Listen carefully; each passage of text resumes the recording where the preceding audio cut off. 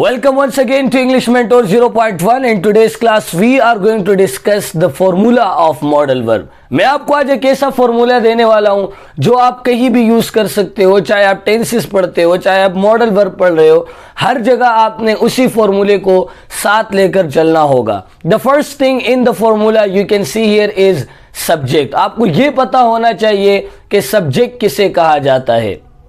Subject sentence में doer of any action को कहा जाता है, जो काम करने वाला होता है. For an example, if the sentence is I teach you, मैं आपको पढ़ाता हूं, तो यहां पर सब्जेक्ट कौन है? मैं है. पढ़ाने का एक्शन कौन कर रहा है?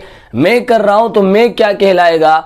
सब्जेक्ट कहलाएगा. The next thing is helping verb. Helping verb, जैसे कि मैंने आपको कहा था कि मॉडल वर्ब्स को हेल्पिंग वर्ब्स भी कहा जाता है. तो ये जो आपके मॉडल वर्ब्स है, can, could, should, might, must, ये तमाम आपके हेल्पिंग वर्ब्स भी कहलाए जा सकते हैं. तो ये आप लगाएंगे सब्जेक्ट के बाद. फिर आपके पास आएगा मेन वर्ब. मेन वर्ब की मॉडल वर्ब में मैंने आपको बताया था कि it's one of the characteristics of modal verbs, it always takes first form of main verb. ये हमेशा मेन वर्ब की फर्स्ट फॉर्म लेता है. मतलब गो है तो गो ही रहेगा, सेकंड फॉर्म नहीं लगता, ना थर्ड फॉर्म वहां पर लगेगी. सो सब्जेक्ट के बाद आप हेल्पिंग वर्ब लगाएंगे, हेल्पिंग वर्ब के बाद आप मेन वर्ब लगाएंगे, और मेन वर्ब के बाद आप लगाएंगे ऑब्जेक्ट. ऑब्जेक्ट किसे कहा जाता है? Receiver of any action.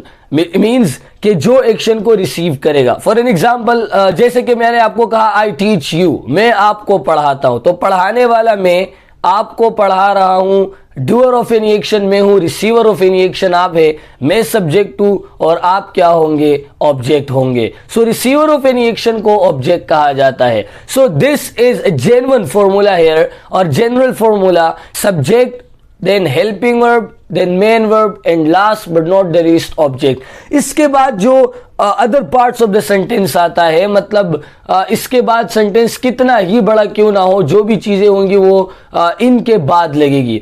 मैं आपको एक छोटी सी मिसाल देता हूं इसकी, कि when you talk about Urdu और हिंदी, तो उसमें आप करते क्या हो कि आप जब सेंटेंस में नई चीज को ऐड करते हो तो सेंटेंस के बीच में आता है. जैसे हम क्रिकेट खेलते हैं, हम आपके साथ क्रिकेट खेलते हैं, तो ये जो आप आपने ऐड किया, ये सेंटेंस के बीच में आया.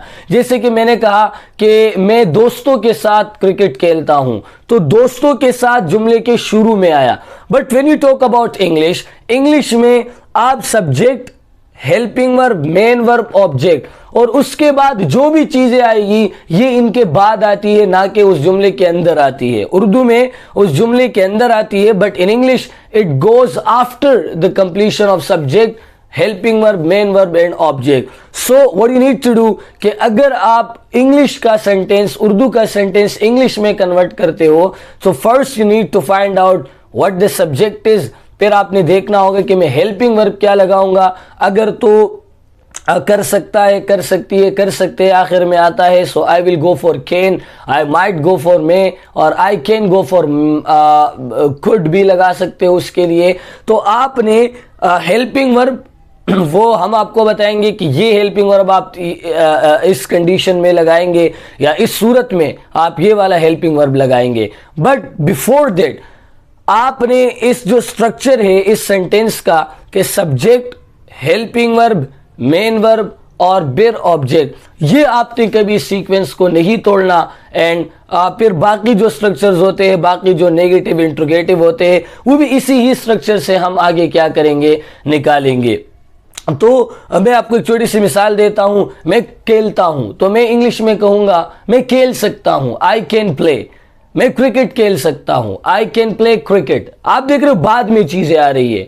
उर्दू में बीच में आती है, बट इन इंग्लिश वो सेंटेंस के बाद में आती है. मैं क्रिकेट खेलता हूं, मैं क्रिकेट खेल सकता हूं, आई कैन प्ले क्रिकेट. मैं क्रिकेट ग्राउंड में खेल सकता हूं, I can play cricket in the ground.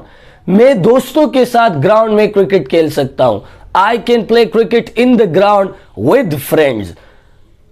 इसी तरह आपने देखा कि जो उर्दू का स्ट्रक्चर होता है उसमें चीजें जम हो जाती है, सेंटेंस के अंदर आती है, बट इन इंग्लिश वो सेंटेंस के बाहर आ जाती है. So you need to keep in mind कि first you need to find out subject, then helping verb, main verb and last but not the least is object. और उसके बाद जो other parts of speech होती है या other parts of the sentence होता है वो आप बाद में लगाते जाएंगे. ऑनवर्ड हम इसी चीज़ों पर बात करेंगे, साथ में जुड़े रहे. अभी तक अगर आपने हमारे इस YouTube चैनल इंग्लिश मेंटोर 0.1 को सब्सक्राइब नहीं किया, do subscribe this channel for the quality content. Stay tuned. Thank you so much. See you in the next video.